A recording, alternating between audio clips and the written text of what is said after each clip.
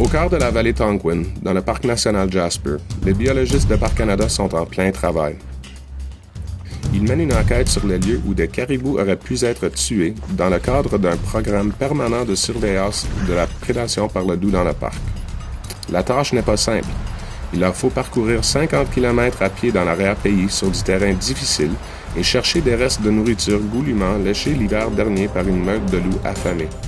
L'équipe a parfois l'impression de chercher une aiguille dans une botte de foin.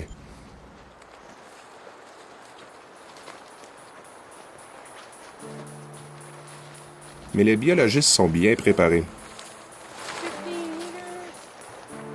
À l'aide de données GPS tirées des colliers émetteurs de la meute, ils se laissent guider par leur propre GPS pour se rapprocher dans un rayon de quelques mètres de l'endroit où un caribou a peut-être été tué.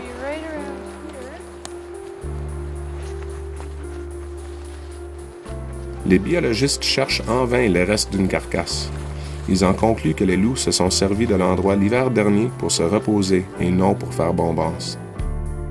Nous avons une définition assez large de ce qu'est un lieu d'abattage, et c'est tout à fait notre avantage. Il nous a déjà arrivé de nous rendre à un lieu où des loups avaient passé seulement 2 à 3 heures, et nous avons quand même découvert une carcasse. Ce qui se produit, c'est que le GPS ne peut pas tout à fait atteindre le satellite à cause d'un gros obstacle, tel qu'une paroi rocheuse ou des rochers. La définition large nous aide à établir la démarcation entre un lieu de repos et un lieu d'abattage.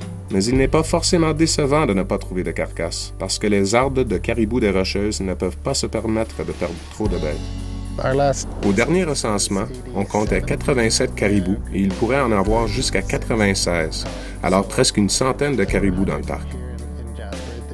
Nous estimons que, en 1988, il y en comptait environ 175, alors la population a diminué depuis. Dans le parc national Banff, il y en avait seulement 5. Ils ont tous été emportés par une avalanche le printemps dernier. Selon toute probabilité, l'espèce a disparu du parc.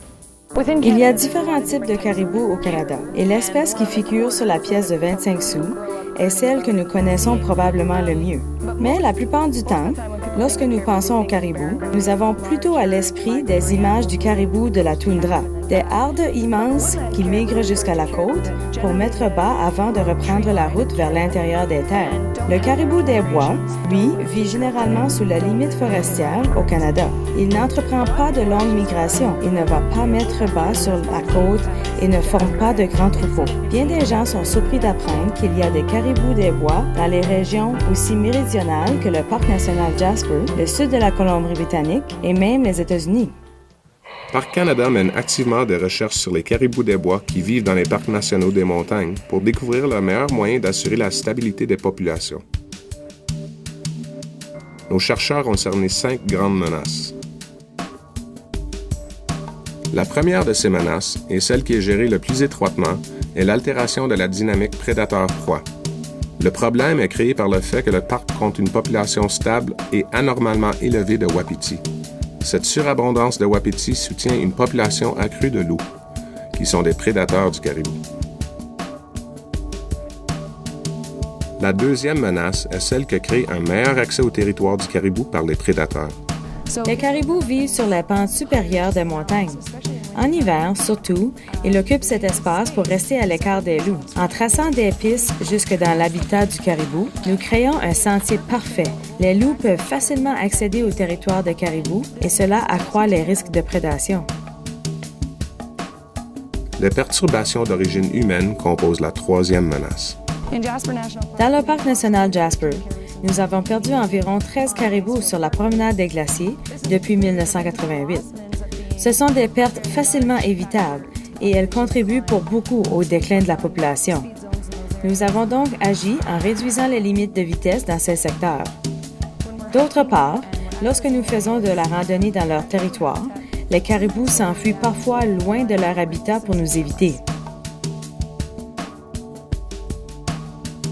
La quatrième menace est la perte d'habitat. Cette menace n'est pas très présente dans les parcs nationaux, mais le feu peut en être un bon exemple, en ce sens qu'il modifie l'habitat du caribou. À l'extérieur du parc national, nous pouvons penser aux blocs de coupe, aux pipelines et aux profils sismiques. La cinquième menace est engendrée par la petite taille des populations, comme le montre bien la perte de toute la harpe du parc national Banff dans une seule avalanche. Chez les petites populations, les impacts ordinaires sont amplifiés. Chaque animal devient précieux. Le caribou est une espèce vraiment intéressante qui est très bien adaptée à un environnement particulier. Il possède des caractéristiques qui sortent de l'ordinaire et il vit dans des endroits où il est le seul à pouvoir survivre. Le caribou est associé à nous de bien des façons, que ce soit sur le plan culturel ou sur le plan économique.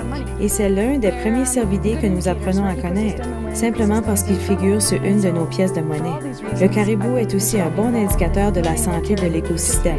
Pour toutes ces raisons, je crois que nous devrions tous nous renseigner sur le caribou et participer à son rétablissement.